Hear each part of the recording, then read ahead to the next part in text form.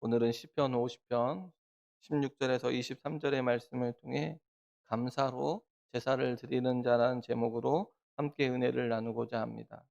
우리는 어제 살펴본 말씀 중에 7절에 보면 무엇라고 말하고 있냐면 내 백성아 들어라 내가 말하리라 나는 하나님 곧 내 하나님이시로다라고 말씀하시면서 내 백성에게 어제는 말씀하셨고 그 가운데 하나님께서 내 백성이라고 말씀하시는 이스라엘 백성들에게 감사로 제사를 드리며 허약한 것을 갚으라고 말씀하셨고 환난 날에 나에게 부르짖으라 그리하면 내가 너를 높여주고 너를 건지겠고 내가 너를 높여줄 거라는 말을 했습니다.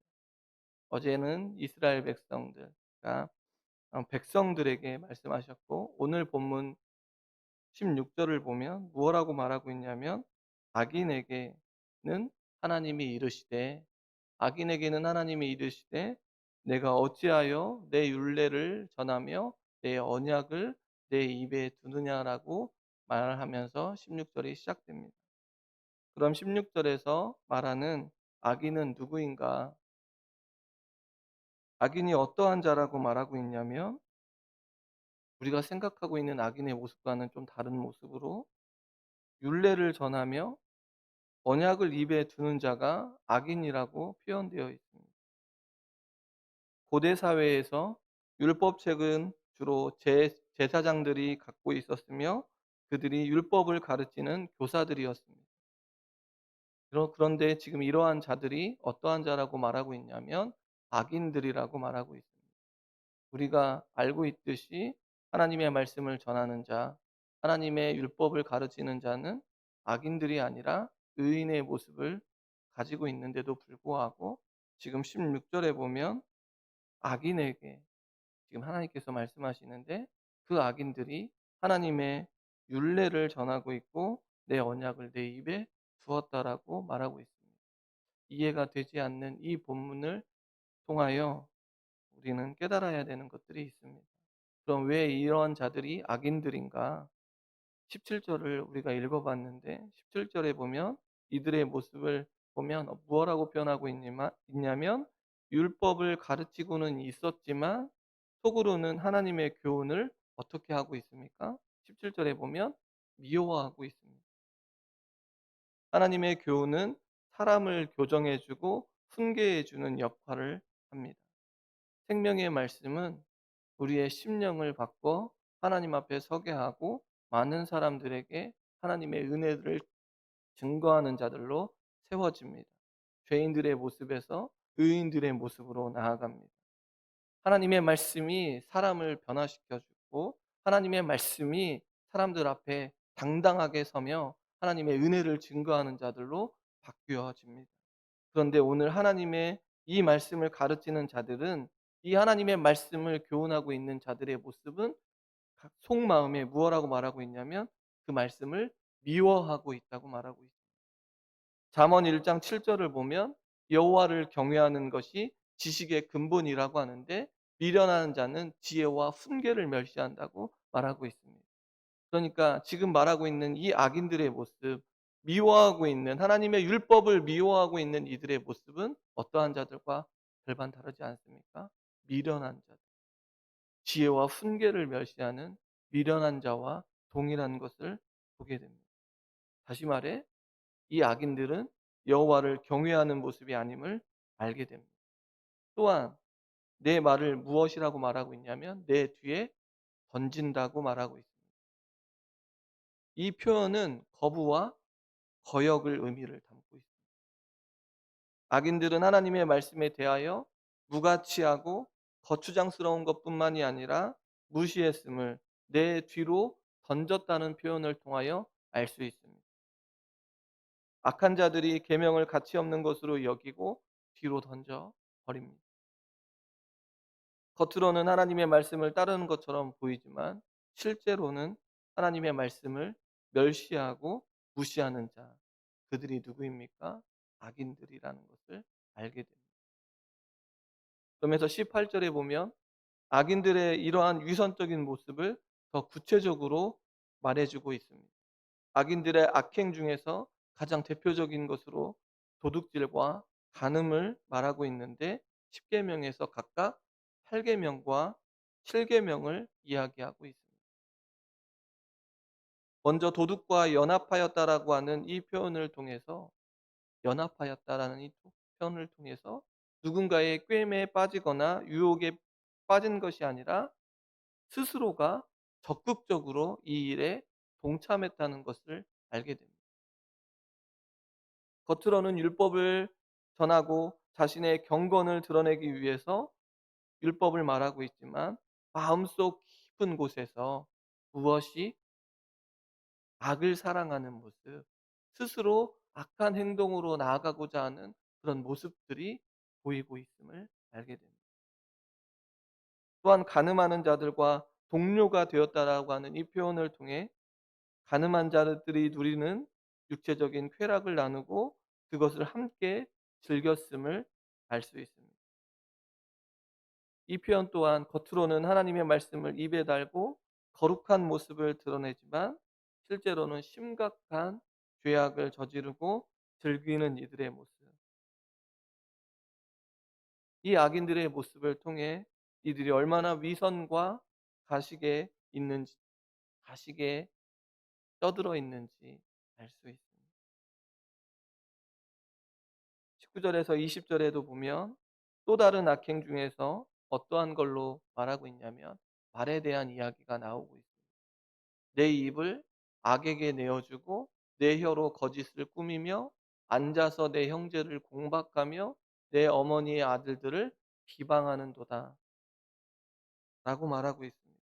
입을 악에게 내어주다라고 하는 이 표현은 입으로 악을 꾸며내다로 해석되어집니다. 이웃에 대하여 거짓 증거하지 말라고 하는 제9계명에 관한 이야기입니다. 악인들은 철저하게 하나님의 율법을 가르치고 하나님의 율법을 마음에 담고 살아야 함에도 불구하고 지금 17절에서 19절의 말씀을 20절의 말씀을 계속해서 보면 하나님의 계명들을 어기고 있는 것을 보게 됩니다.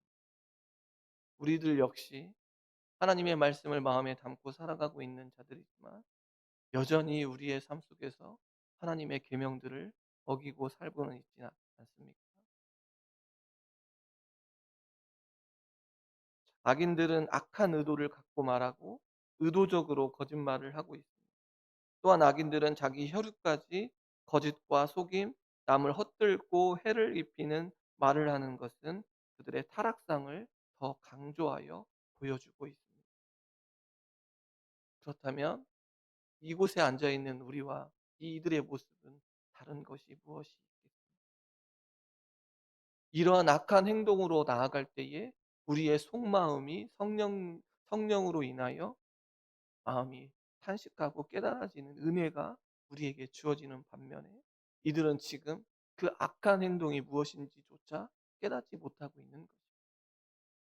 우리는 예수 그리스도의 십자가의 은혜로 말미암아 주어지는 성령의 놀라운 은혜를 통하여 이 악한 행동이 무엇이 잘못되었고 어그러진 것이 무엇인지 알게 되어 하나님 앞에 나와 날마다 엎드리며 회개하며 자복하는 은혜가 우리에게 주어져 있지만 이들에게는 이러한 모습들이 주어지지 않고 있다는 것입니다.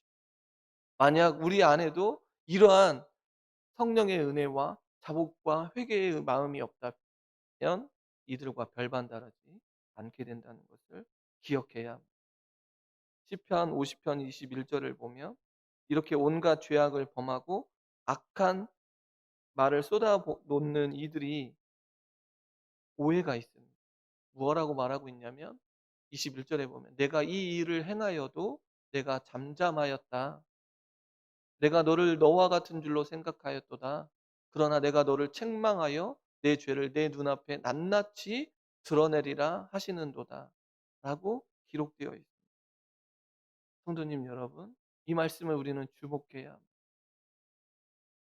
하나님께서는 우리의 죄악을 낱낱이 드러내십니다. 책망하여 내 죄를 내 눈앞에 낱낱이 드러내십니다. 위선적인 종교인들, 자신들의 죄를 지었음에도 불구하고 즉각적인 심판을 받지 않는 것을 하나님이 보시고 그런 모습들을 용납하시는 것으로 착각하는 오해가 있습니다. 더 나아가 하나님께서 마치 자신들을 용납해 주시며 자신들과 같이 여 자신들과 같다고 여깁니다. 그런데 하나님은 인간이 아닙니다. 민수기 13장 19 절에 보면 하나님은 사람이 아니시니 거짓말을 하지 않으시고 인생이 아니시니 후회가 없으시도다. 어찌 말씀하신 바를 행하지 않으시며 하신 말씀을 실행하지 않으시라. 하나님의 말씀은 반드시 이루어지시고 하나님께서 말씀하신 놀라운 은혜가 우리 가운데 주어진다는 사실을 우리는 기억해야 합니다. 하나님의 침묵은 회개할 수 있는 시간을 우리에게 주십니다. 그런데 하나님께서 이 침묵을 깨뜨리시고 그들을 고발하십니다. 하나님께서 선언을 하시는데 무엇라고 말씀하시냐면 너의 죄를 내 눈앞에 낱낱이 드러나게 하시겠다고 말씀하십니다. 하나님께서는 법정에서 죄인의 죄목을 하나하나 열거하는 것처럼 악인들의 죄악을 하나도 빠짐없이 나열하고 범죄한 자에게 명백한 죄상을 들어 판결을 내리실 것을 명령하고 있습니다. 성도님 여러분, 하나님께 숨길 수 있는 죄가 하나도 없습니다. 하나님께서는 죄인들에 대해 인내하시며 충분한 기회를 주시지만 죄에 대한 심판을 취소하시는 일은 없습니다. 하나님께서 심판하시는 그날 죄인들이 하나님의 거룩하심 앞에 감히 설 수 없는 그런 존재들임을 우리는 깨달아야 합니다.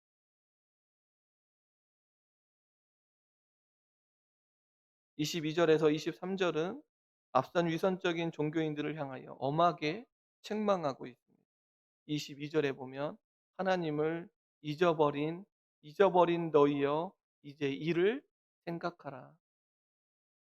헛된 착각에 사로잡혀서 악을 행하고도 하나님의 심판이 없는 것처럼 생각하는 자들에게 하나님의 심판은 분명히 있을 것이므로 죄에서 돌이키라고 권면하고 있습니다. 더 나아가 이를 거부했을 때 무엇라고 말하고 있습니까? 22 절에 보면 하나님을 잊어버린 너희여 이제 이를 생각하라. 이 일을 거부했을 때 너희를 어떻게 한다고 말하고 있냐면 찢으리라고 말하고 있습니다. 이 표현을 들어 심판하시는 하나님의 모습을 사자가 움킨 것을 찢는 것에 비유하여 하나님의 두려운 심판을 아주 생생하게 이야기하고 있습니다. 사람이 우리에게 어떻게 행하는 것이 중요한 것이 아니라 하나님께서 우리에게 어떻게 하시느냐가 중요한 건 아닙니다. 사람이 우리를 힘들게 하고 사람이 우리를 버겁게 하고 있습니까? 아니면 물질이 어떠한 것들이 우리를 힘들게 하고 있습니까? 그러나 오늘 하나님께서 우리의 죄악과 우리의 모든 것들에 대해서 심판을 명하실 때 찢어버리신다라고 하는 이 표현보다 더 생생한 표현은 어디에 있겠습니까? 22 절에 하나님을 잊어버린 자가 돌아서지 않으면 하나님의 엄중한 심판이 선언되었습니다. 그런데 이와는 반대로 23 절에 감사로 제사를 드리는 자, 행위를 옳게 하는 자에게 구원이 선포됩니다. 우리는 앞선 7 절에서 서두에서 이야기했던 7 절에 보면 감사로 제사를 드리는 자가 나오는데 감사로 제사를 드리는 자와 행위를 옳게 하는 자에게 구원이 하나님을 7 절에서는 감사로 제사를 드리는 자가 하나님을 영화롭게 함을 밝혀 주고 있는데 하나님이 형상대로 지음 받은 인간의 가장 큰 삶의 목적은 하나님을 영화롭게 하는 것입니다. 그럼 시편 50편 14 절과 23 절의 이 말씀을 통해서 7 절이 아니라 14절 말씀입니다. 14 절과 23 절의 말씀을 통해 이제 생각해 보면 제사의 참된 의미는 감사에 있고 거기에 더 나아가 감사에 무엇이 담겨야 되냐면 그들의 온전한 마음이 담겨야 됨을 오늘 악인들이 행하는 그 모습을 통해서 알게 됩니다. 하나님 앞에 감사의 제사를 드리며 나아갈 때에 그저 아무런 의미 없는 마음이 아닌 하나님에 대한 그 크시고 놀라우신 하나님을 경외하는 그 마음을 담겨 내야 함을 알게 되고, 더 나아가 하나님께서는 그 행위를 옳게 하는 자에게 구원이 임할 것임을 밝혀주고 있습니다. 성도님 여러분, 오늘 본문을 보면서 제 자신을 돌아봅니다. 제 자신 역시 하나님의 말씀을 전하는 자로 오늘 말씀을 통해 하나님의 말씀을 무시하고 뒤로 던지며 거짓과 술수로 포장하고 살고는 있지는 않는지, 제 안에 음란과 거짓과 비방으로 나아가고 헐뜯고 속임수로 나아가고 있지는 않는지 두렵고 떨리는 마음으로 하나님 앞에 서게 됩니다. 하나님의 말씀을 전하는 자의 모습으로 단에 설 때 얼마나 두렵고 떨리는지 다시 한번 깨닫게 됩니다. 오늘 본문의 말씀을 통해서 요즘 우리가 드리고 있는 예배를 생각해 봐야 합니다. 예배를 드리는 이 모습을 통해 죽을 수밖에 없는 우리의 모습이 하나님의 은혜로 말미암아 구원의 은혜를 누리는 감격이 있는지, 하나님의 은혜로 누리는 그런 감격이 있는지, 찬양을 드리며 성시의 낭독을 읽으며 하나님의 함께 기도하며 찬양하며 하나님의 말씀을 들을 때에 죄로 죽을 수밖에 없는 우리의 모습, 죄로 나아가기에 바삐 살아가는 우리의 모습 속에서 날마다 이 구원의 은혜를 누리고 감격이 있는지, 죄로 인하여 탄식하며 울부짖으며 회개하는 그런 자복의 시간이 주어지는지, 아니면 왜 이렇게 오늘 예배의 시간은 긴지, 하나님의 말씀은 내 마음 편에 들어오지도 않고 하며 불평하고 수정하며 나아가고는 있지는 않는, 예배가 타인의 모습이 아닌 내 안에 죄로 얼룩진 나의 모습을 바라보며 이 구원의 감격과 탄식하며 울부짖는 회개의 모습이 회복되어야 되지 않겠습니까? 그럴 때 우리의 예배가 온라인으로 드리든지 아니면 함께 교회에서 예배를 드리든지 그것은 중요하지 않습니다. 왜냐하면 우리의 예배 안에 감격과 눈물이 있는 감사로 넘치는 예배인지를 생각해 봐야 합니다. 그러할 때 우리의 모습이 종교 행위가 아닌 하나님을 향한 감사와 하나님 앞에 서원하며 그것을 이행하려고 하는 우리의 성실과 정직함이 거기에 드러날 것입니다. 이러한 성실과 정직함은 다른 사람들은 알 수 없습니다. 오직 자기 자신만 알고 있습니다.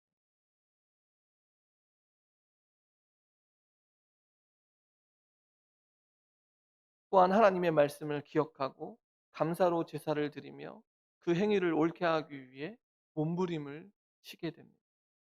그리하여 날마다 하나님의 구원을 노래하며 하나님의 축복 가운데 살아가게 됩니다. 그러한 축복과 은혜가 넘쳐 살고 계십니까? 요즘 그러한 인생들로 나아가고 계십니까? 제가 유초동부를 담당하고 있는데 유초동부 교사들과 지금 올 초에 교회에서 하고 있는 통독을 열심히 감당하고 있습니다. 계속해서 몸부림을 치며 성경을 일독하기 위해 열심히 달려나가고 있습니다. 또한 9월 어제부터 시작하는 큐티를 시작했습니다. 사랑하는 교사들과 함께 큐티책을 나눠주고 큐티로 시작했습니다. 몸부림을 치고 있습니다. 하나님의 그 크시고 놀라우신 하나님의 사랑이 무엇인지 깨닫기 위해 어떻게 할까? 어떻게 하면 이들과 함께 공유하고 함께 나아갈 수 있을까? 몸부림을 치고 있습니다. 성도님 여러분, 여러분의 삶 속에 요즘 무엇하고 계십니까? 사랑하는 믿음의 동역자들과 함께 기도하며 나아가기를 소원합니다. 하나님의 말씀을 나누며 나아가기를 소원합니다. 함께 모여 예배드리지 못하고 기도하지는 못하지만 하나님께서 주시는 문명의 이기들이 참 많이 있습니다. 핸드폰도 있고 여러 가지의 기기들로 인해 서로 기도의 내용들을 나누고 기도하며 나아가기를 소원합니다. 하나님의 말씀을 나누며 죄악된 길에서 벗어나 하나님의 영광을 찬양하는 일들을 하기를 소원합니다. 오만한 자, 교만한 자, 악인들의 위선적인 모습으로 나아가지 않도록 감사로 제사를 드리는 자, 하나님 앞에 행위를 옳게 하는 자들이 될 수 있도록 서로서로 협력하는 동부의 모든 식구들이 되기를 소원합니다. 그러할 때 우리의 모습을 통해 세상이 우리를 감당하지 못하게 됩니다. 그리하여 하나님의 일들을 감당하며 살아가게 됩니다. 이 혼돈의 시대 속에, 이 위기 속에서도 하나님은 분명히 찾고 계십니다. 하나님의 일들을 하기를 원하는 사람들을 찾고 계십니다. 하나님을 위하여 애쓰며 수고하는, 기도하며 부르짖고 나아가는 자들을 분명 찾고 있습니다. 우리가 그 일에 쓰임 받아야 되지 않겠습니까? 우리 동북교회가 그 일에 귀하게 쓰임 받아야 되지 않겠습니까? 이 혼란한 시대 속에, 이 위기의 시대 속에 하나님께 더 기쁘게 쓰임 받는 우리 모두가 되기를 주님의 이름으로 축원합니다. 아멘. 우리 몇 가지 기도의 제목을 놓고 함께 기도하며 나아가겠습니다.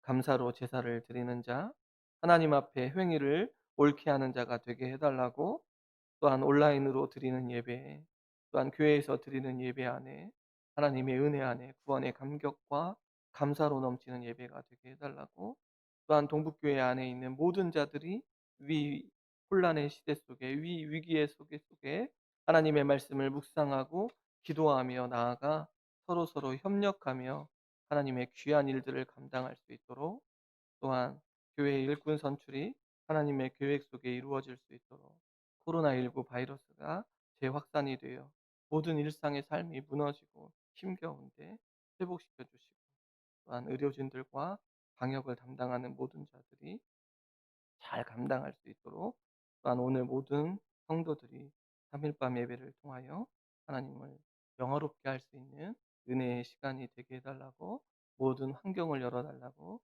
함께 기도하시고요. 개인의 기도의 제목으로 기도하시다가 자유롭게 가정으로 돌아가시면 되겠습니다. 주님의 이름을 한번 부르고 기도하며 나아가겠습니다. 주여